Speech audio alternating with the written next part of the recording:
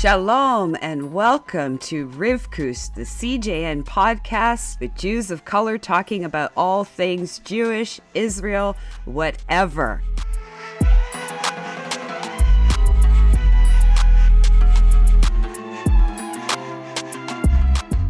My guest today, I'm so pleased to say, is Daniel Koren. Daniel Koren is the founder and executive director of Allied Voices for Israel. He's had over 12 years experience in the Jewish nonprofit sector as a fundraiser, an Israel advocate, communications expert, journalist extraordinaire. He's had leadership roles with B'nai Brith, Canadian Jewish News, Shalom Life Media. He's also interviewed people in the music and entertainment industry, a little jealous, Mayim Bialik, Mac Miller of blessed memory, and many others. He is an expert on antisemitism in Canada, and he's been published or appeared in video, radio, print interviews with name a publication, name a news source. It seems like he has been interviewed or published within them. So I am really happy to have had this opportunity to speak with Daniel. So welcome. Rivka, thank you so very much for literally the most humbling introduction I have ever received. That was beautiful. I could hear that again. Thank you very much. It's a pleasure and an honor to be here. Oh, thank you. Thank you. So we're going to, because I preempted everything and I am proud to say this. I think we are the sole standing podcast hosted by a Jew of color who predominantly interviews Jews of color. Definitely the longest standing. So I think that's pretty cool. So, then I'm going to must ask you a little bit about your ethnicity, my friend. Absolutely. Absolutely. And that's awesome, by the way. Mazal tov. That is huge. Thank you. So it's funny. I always like to introduce myself, especially in the Jewish community, as a minority within a minority. That's the catchphrase. Know it. I am a Bukhari Jew. It's very interesting to tell people that you're a Bukhari Jew because most people don't know what that means. I'd say as many Jewish people know what it is to be Bukhari as non-Jewish people. Okay. So the story of the Bukhari Jews is very, very fascinating. And the reason that is, once upon a time, I think we were Persian Jews and part of like the vast Persian Empire, and then we made a little home for ourselves in what was the Emirate of Bukhara in Central Asia, which was still kind of part of the vast Persian Empire. And when Soviet Union took over the land, they did this phenomenal job of Russifying everything. So when my great-grandparents were around in Central Asia, they were speaking Bukhari, which is very interesting. It's a Judeo-Tajik language, kind of like our version of Yiddish, the local language with biblical Hebrew, just like Yiddish kind of is like the local language with biblical Hebrew. So they were speaking Bukhari, everything was Bukhari, and when the Soviets took over, all of a sudden everything became Russian. So for the longest time, growing up, I thought we were Russian, and I always thought, how come we don't look like any of the other Russian people? Right? Not because we really don't look. Bit of a disconnect, eh? Just a little. And then as I matured and learned more about this, it came to be that there's this very fascinating story, behind the Jews of Central Asia, Bukhari Jews, Kafkazi Jews, which are like our distant cousins, and this experience that they had, right? I always, when people ask me, what does that mean? I'll say, listen, all Jews came from Israel. Then from Israel, they moved all over the world. My people ended up in the Persian Empire, and that's how they became Bukhari. Right? Okay. Yeah. Okay. How's the language? Are there still people trying to maintain it?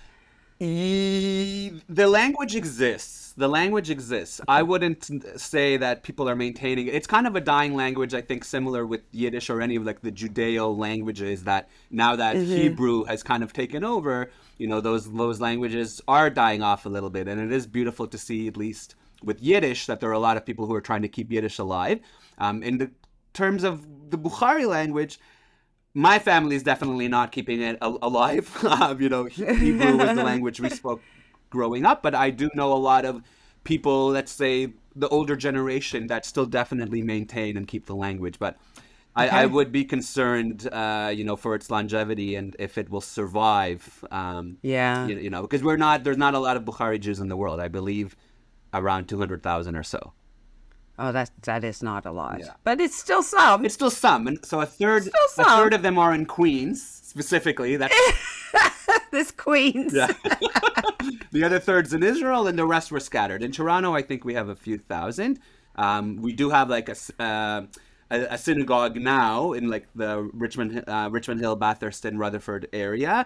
Oh, really? Growing up, we went to the basement of Kehilles Center, Bathurst and Steeles, Oh, because that's as many people in our Hops. community. Yeah, and hop, skip, and a jump from my home. Oh. And actually, it's almost a magnet for different groups. Like it's, like Yemenite. Yeah. Like it's almost like a magnet, right? So I'm not surprised that you spend some time there. It's so fascinating, right? Because now, especially, I work. I like to say I'm a professional Jew. I've worked in the Jewish community almost 13 years. You hear a lot about various synagogues and congregations here, and you'll get that question a lot. What's your denomination? And in our community, there are no denominations. It's Exactly. you're Jewish. It's really an Ashkenazi It's really an phenomenon. Ashkenazi. Denominations, Right? and people don't really process that. Yeah, no, right? I think people don't process a lot when it comes to, Yeah. Ashkenazi traditions, and then obviously, Jewish traditions of various communities. Exactly. Because I don't identify as a particular denomination. Sometimes I feel like I almost have to. Like, sure, I may work in synagogues that are a particular denomination, but it doesn't necessarily mean that is what I am. And I do struggle with when people say, well, what are you? Are you conservative? Are you Orthodox? And I'm like, I'm just Jewish. But I said, if you want to get down to it, my people traditionally would be defined as what you define as Orthodox. Yeah. But it's like, just Jewish. I'm good with that. You're good with that. We're all good with that. I'm good with that. And that's actually a beautiful segue, because we need to understand and we need to recognize that all those different boxes that we can put our family into, our people into, they do not matter one iota when it comes to anti-Semitism. No one is saying, well, Rivka's like a sort of Jew, so we'll just leave her alone. And Mr. Shomer Shabbos Haredi over there, he's a super Jew, so let's attack them. Nobody is doing that. Nobody is like doing that when it comes to anti-Semitism. So let's talk about your organization. And one of the things that came to mind, and it's called Allied Voices for Israel. Now, is the acronym AVI? Yes. Or would that be weird to say? Okay. No. I love that. That was partially the point, yeah. Because I'm like, do I say AVI or do I say AVI? But AVI seems kind of perfect. Yes, it does. And I appreciate you saying that. There have been some people saying AVI. We're calling it AVI. Absolutely. Good. So now this organization, it's primarily working with, from what I can understand, it's primarily working with students. So it's uniting students against anti-Jewish hatred. So high school students and university students. My question to you is, as you know, because you've worked in the community for a long time and you've worked in different organizations. So my question is to you is, why another organization? Do you feel you're meeting a certain niche, but then we have organizations with high school students and uni students? Like, where do you fit in? And what was your thinking behind this? Because you are the founder and the executive director of this organization. So please tell me why. Just simply why. Absolutely. And that's a great question, Rivka, and I appreciate that. So I've been, as I've mentioned, a Jewish community professional for 13 years. The staff and I at AVI, I think, have a combined work experience in the Jewish community of perhaps 40 years, something like that. I've got a really great team behind me. All of us have worked with various organizations, and I think we've seen through our experiences that there was a critical void in the community in terms of uniting Jewish and non-Jewish students together. So what we saw, especially from working on campus, is that there are programs and organizations focused on Jewish students. There's programs and organizations focused on Christian students who are interested in Israel, or uniting Christian and Jewish students, or things like that. But there was nothing really that's focused on uniting and empowering Jewish students and their allies specifically, and creating a movement where students of all backgrounds can be fighting against anti-Semitism. We're referring to it as anti-Jewish hatred, because in our experience we've seen a lot of confusion over this term anti-Semitism. And we've seen that there are no programs kind of specifically designed to that extent to really unite and bring students together. I'm sure you've heard, Rivka, that the intersectional movement has not always been kind to Jewish individuals, especially the majority of Jews in Canada are Zionist, and anyone who's Zionist usually have been excluded from that movement. And we wanted to create our own intersectional movement where Jewish students, where Zionist students, where students of conscience could really be together and working together. You know, obviously we have a few goals, as you said, to fight against anti-Jewish hatred. We're really looking to change the narrative about Israel, specifically on campus. And we believe by having our allies, by bringing in our peers and embracing our peers into this movement, you know, we can really aim to achieve a just society, achieve strength in numbers, you know, and fight against anti-Jewish hatred together. It is our intention to work with other organizations in this community.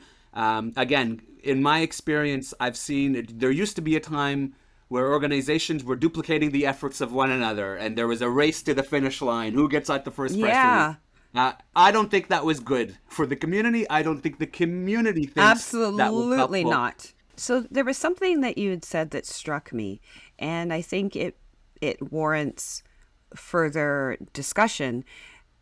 When you mentioned about the term, you use anti-Jewish as opposed to anti-Semitism because you feel, and you can correct me if I'm misquoting you or misparaphrasing you, you feel that there's some confusion around the terminology anti-Semitism. Can you just delve into that a little bit? Because I kind of feel the same way, but I don't know how to articulate it. So can you delve into that, please? So we've decided to take an organizational approach to use the term anti-Jewish hatred. Now, this term anti-Semitism exists. It's going to be impossible not to use it. But again, in our experience in the Jewish community and, you know, seeing, especially on social media, how much confusion and miseducation has stemmed from this term anti-Semitism, we decided strategically to avoid using that term.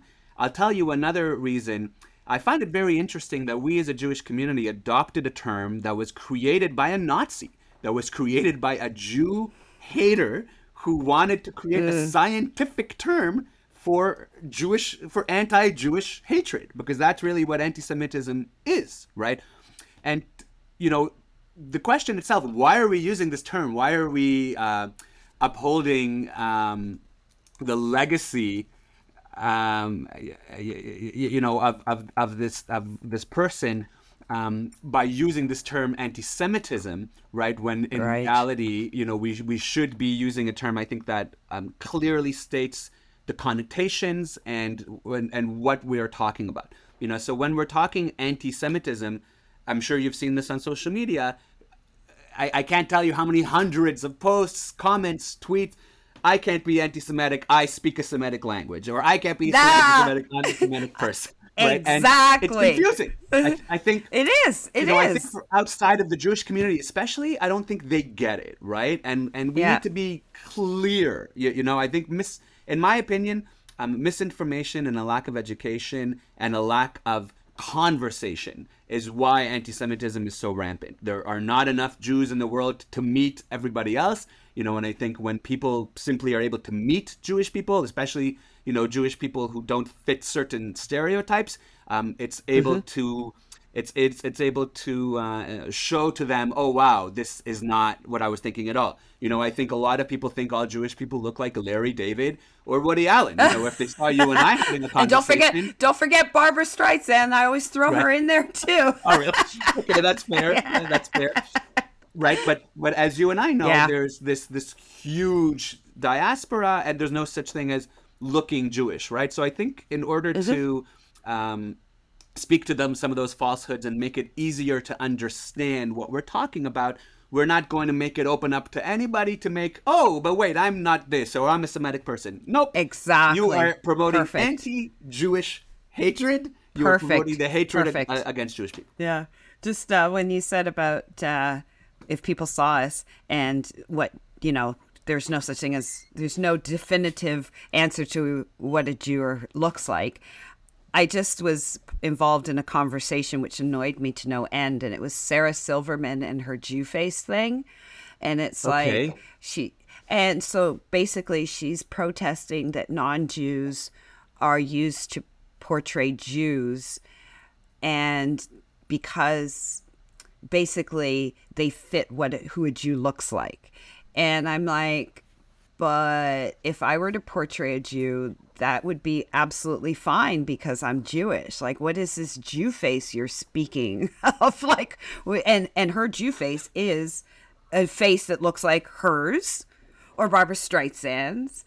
So then somebody actually put a whole list of Jews of color, like Jews that don't look like a stereotypical. He put pictures of Jews that are blonde, blue-eyed, this and that. And I took it a step further. And I said, oh, and there's also Lisa Bonet. There's also this. And I named a bunch of Jews of color. And it was like, damn, what is this Jew face?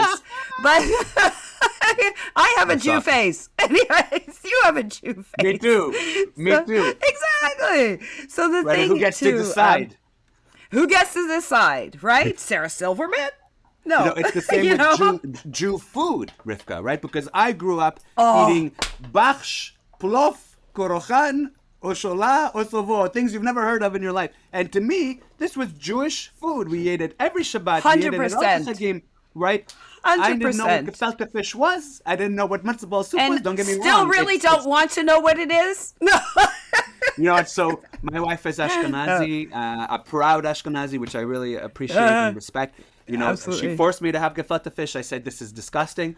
But she forced me to have it 5 years in a row. And on the 5th year, Rivka, I had it with the ton of Koren. I'm like, damn, this is actually delicious. And now, I'm a converted person who appreciates. Yep, and that's fine. I speak to a lot of Ashkenazim who don't like gefilte fish, but no, it is something I appreciate. But that's something that's come up with me a lot, because at holidays especially, there's certain foods we eat. I have a friend, I think our mutual friend Ariella Daniels. There's certain food that she eats at her holidays, right? And that is Jewish food, right? Food. Just like my rice and peas, Jamaican rice and peas, Jewish food. Cassava, Jewish food. It will sit on that Pesach table. It is Jewish food. But I do love, because that comes up with me a lot. Actually, yesterday we were just talking about gefilte fish while we were having dinner. Oh, yeah. Anyways, and And you lost your appetite? No. Pretty came close. But the funny bit is that, not the funny bit. I think the thing that we need to recognize as Jews in general is that, there isn't one way, like we had said, there's not one way to be Jewish. There's not one type of Jewish food. It's all Jewish food. If it's eaten by Jews, it's Jewish food. It's like when people say about my last name, they say, but it's not a Jewish last name. And I say, but a last name does not a Jew make. And it's my last name that makes it Jewish. So, there's so many ways we can do Jewish. But another thing I wanted to say about deliberately using anti-Jewish. Yes. I can't tell you how strong a message, like there is no gray area in that. Yes. So I commend you on being very firm and naming what it is.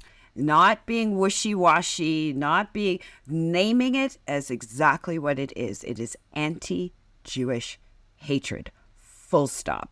Thank you. Especially now that our vision and our mission is to unite students, Jewish and their allies, to unite students of all backgrounds, right? Again, from what we've seen, there isn't so much programming or any programming really out there that's designed to unite students in this way, and to create this movement where our allies are truly embraced. We believe because allies obviously don't have many times as much of an understanding of Judaism or anti-Jewish hatred or anti-Semitism or whatever you want to call it, we do want them to educate them in a way that is very clear, and we do want to ensure that they are privy to the misinformation and the propaganda that is out there, when it comes to Jewish people. And that's why, especially with that propaganda surrounding Israel, we are looking to bring students to Israel on a program we're calling Common Ground, Rivka.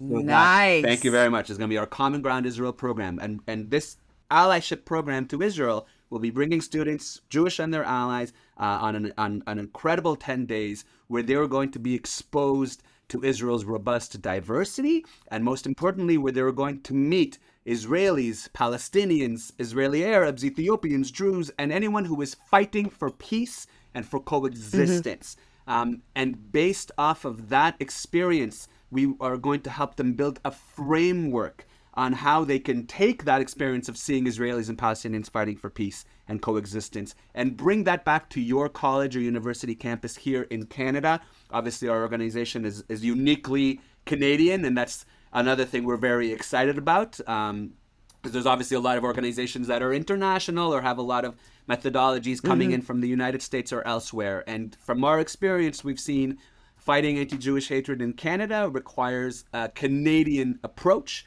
a Canadian methodology, and that's really what. Don't be too polite, though. Don't be too polite. My thoughts on that is really Canadians are the best hybrid, right? Because Israelis can be too aggressive, but Canadians can be too polite. So find mamash something be'emtza, right on the nice center there, where you can be a little bit aggressive like an Israeli, but also polite like a Canadian. Politely aggressive.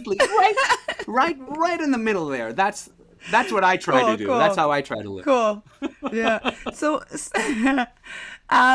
because Jewish students are very much used to being in the thick of things. Jewish students have unique knowledge about what it is to be Jewish, Israel, blah, blah, blah. How is the reaction, or what are the sort of things that you're finding when you are speaking to the non-Jewish participants? Like, what have you found? Since we've been doing this, we just held, for example, a phenomenal summer retreat for students representing 10 college and university campuses across Ontario and Quebec. Around 40% of the students at the retreat were allies, so students who weren't Jewish. And it was a phenomenal experience of them getting to learn about Israel and about Jewish culture and vice versa, right? And this summer retreat that we had, I'll tell you, it was phenomenal on a variety of levels. Firstly, to give an opportunity for Jewish students to speak about BDS and how they are being targeted to non-Jewish students was incredible, because I felt like this was like the first time they had that opportunity. I from working with students, and I've worked with students for over 5 years now, it didn't seem like they've had too many opportunities to share with nuance why BDS is hateful, why BDS leads to the targeting of Jewish people, and why BDS actually does not support Israelis or Palestinians on the ground. And that's part of the reason. That's part of what we hope to achieve with our Common Ground trip. The questions we heard a lot in terms of the allied students was about Israel, was about Israeli politics, but also a lot of the questions were about the connection to Israel from a Jewish perspective and even from a religious perspective. There was a lot of surprises, when we were talking about Jewish artifacts, Jewish indigeneity. We love to talk about the Arch of Titus, for example, and the Arch of Titus in Rome, exemplifying that the Jewish people have had this presence and that we can relate and draw a connection directly to this land of Israel. You don't even need to mention the Torah or biblical stories. Right. You can rely on historical, archaeological, and genetic data to show and corroborate this notion of Jewish indigeneity. when we presented that, we always get many Jewish students who are shocked, right? So you can Yeah, imagine I can imagine. the students who Yeah. weren't Jewish, Yeah. because they don't hear about this, right? I don't think anyone's learning about Arch of Titus, archaeological and historical records and things like that. You're not getting that in Jewish school. You're certainly not getting that on campus. Question for you, because acknowledging that you are apolitical, however, we know there's a bit of a balagan right now in Israel. Yes. And I think even balagan is probably too soft a word. Probably is. But do you find that there could be potential challenges when speaking to non-Jewish, or for that matter, Jewish, because it is kind of polarizing, and it is kind of, you kind of get where I'm going. Like, do you think that will be something that you will have to try and navigate? So I'll tell you, it's an interesting question, and you're not the first to ask, Rivka. From what we've seen, actually, to be frank, the students who are our allies and our non-Jewish stakeholders are not quite reacting with the same sensitivity that some of the Jewish community are to, the judicial reform happening in Israel. I think they see it in much of the same way as Canada's experiences with other loud and public debates over pipelines or vaccines or whatever polarizing issues. This is what happens in free and democratic societies. And overwhelmingly, I think also because, I have many friends, for example, who aren't Jewish, and they'll ask me all the time this question: what's going on in Israel? Over the last 10 years, they can ask me, what's going on in Israel? Because CP24 is telling me something's going on in Israel, right? Yeah. This seems to be no different from that. Unless I think you're truly an expert and a scholar, which I don't think the majority of people in the Jewish community are experts and scholars on what's going on. It doesn't strike me that this is particularly worrisome to our allies. I would think war would be much more worrisome, given that with Jewish students, they're used to going to Israel at any time. And even if there are, even if there is war or terrorism or anything like that, I think Jewish students are kind of accustomed to that. Whereas with non-Jewish students, I wouldn't think so from the experiences and conversations I've had.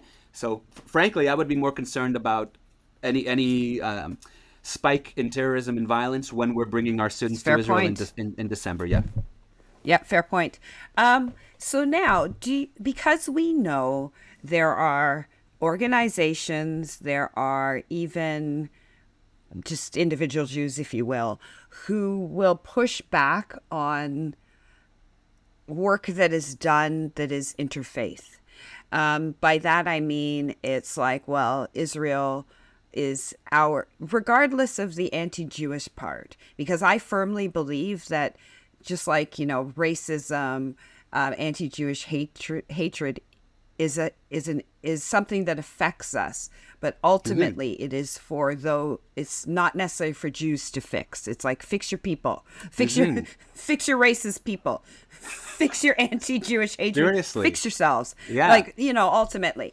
However, we do know that when it comes to Israel being a sensitive topic for some of us, the connection, people can feel uncomfortable about non-Jews becoming involved in things that have to do with Israel. You know where I'm going. So have you ever do you have any pushback? Have you had to address people who say, well, I don't want non-Jews getting involved in stuff that have to do with Israel because it's our country, it's about us, you know what I mean? Because I've heard that. I do know what you mean, sadly. I think it speaks to the problem we've found ourselves in, right?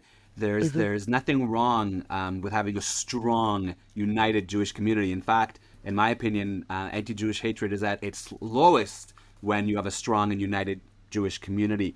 But when it comes to allyship, coalition building, this is how you educate. The reason why I think the BDS movement has been successful is they've really showed up for other causes, right? And whether that's part of a political agenda or not, we could speak to that another time.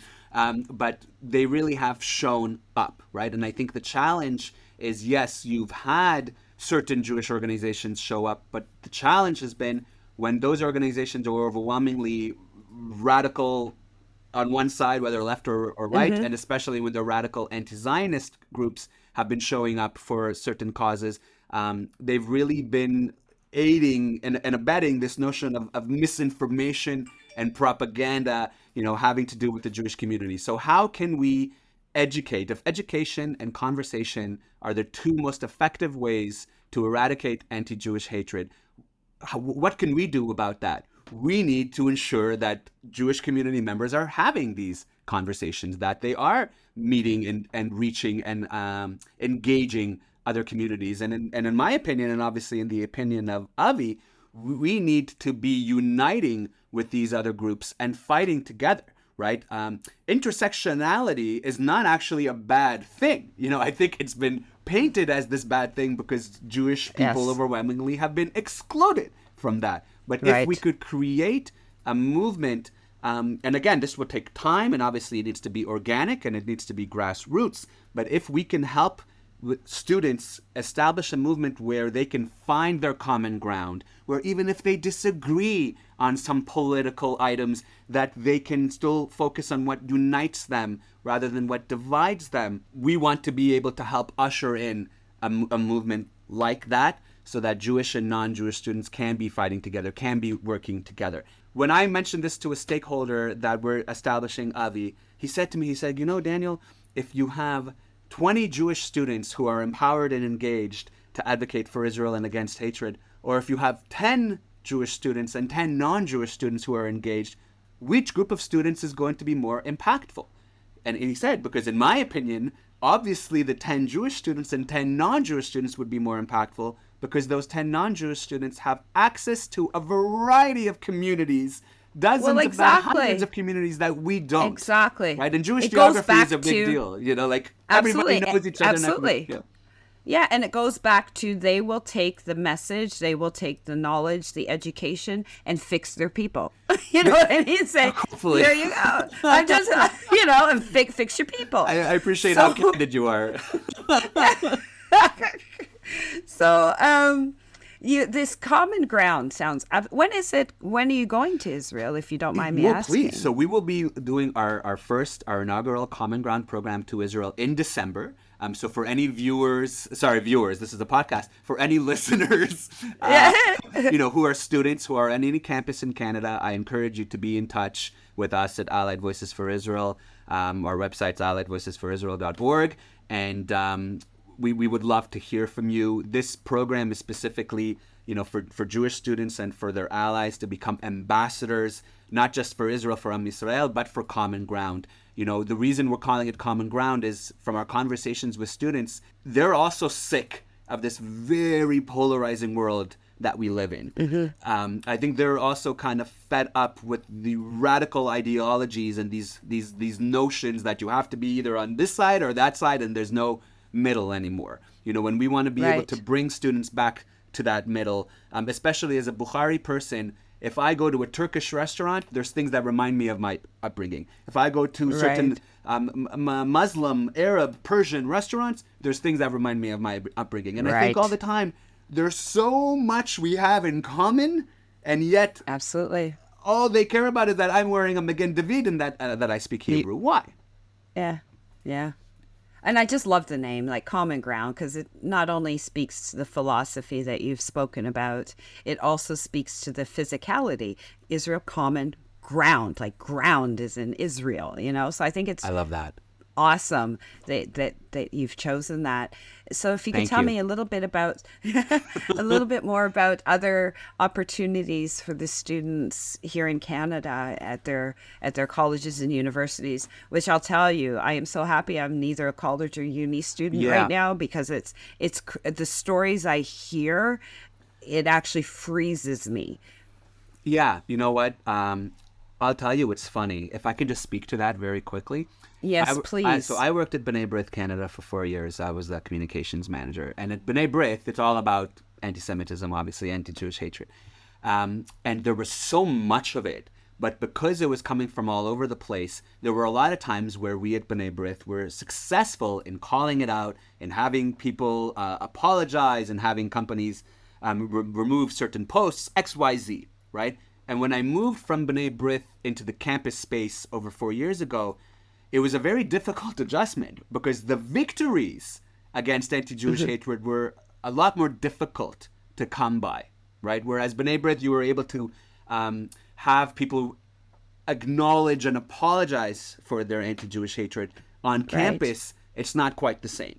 And there was, for example, just recently at King's University College, which is an affiliate of Western, there was a professor who invited Yves Engler to speak. Not a student group, a professor, right? I saw that. And you couldn't get the administration to apologize, let alone ensure that Yves Engler not be held on campus. You know, I personally, and as Avi as an organization, you know, we support free speech, obviously. I'm personally not one to go to cancel culture right away. I do believe when you have someone who's hateful, a hateful person should not be celebrated or invited on a university campus. If you want to go speak at this professor's apartment to her friends or whoever it is, absolutely. This is Canada. Do what you want. But to promote, to invite a hateful speaker to campus, in my opinion, is counterproductive, is counterintuitive to what campuses should represent in Canada. And Daniel, free speech doesn't encompass hate speech. Like it's like Correct. We're so quick to say free speech. First of all, free speech does not come without consequences, and not everything is deemed as free speech. Absolutely. Legally. No, 100%. This is Canada. Yeah. There are hate laws. Canada. So you would think that if people who have histories of hate and of willfully promoting hatred, which is illegal, you know, that they not be exactly invited. Again, I'm not a fortune teller. I can't, predict what every single speaker is going to say. But when these speakers have histories and they've been documented, I was going to say, history is a good indicator of there's no 180 happening there. No. So I'd say that is like one of so many sad examples. I can give other sad examples where there were student clubs who outright tried to ban Zionists on campus, for all Zionists to be boycotted.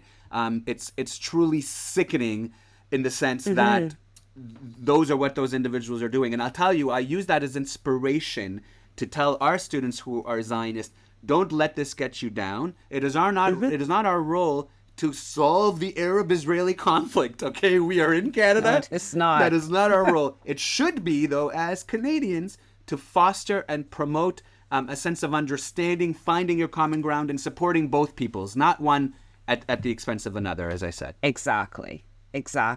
Yeah. So, wow, this group, okay. I think you managed to prove that you're worthy of existence. Thank you. I appreciate that. We just want to do good work. We want to work with our partners. We really want to help make a change. Our tagline is change starts together. We really believe that. We really personify that, and that's truly our goal. Okay, so if you can, again, just let people know how to get in touch with your organization, that would be great, because this work needs to move forward.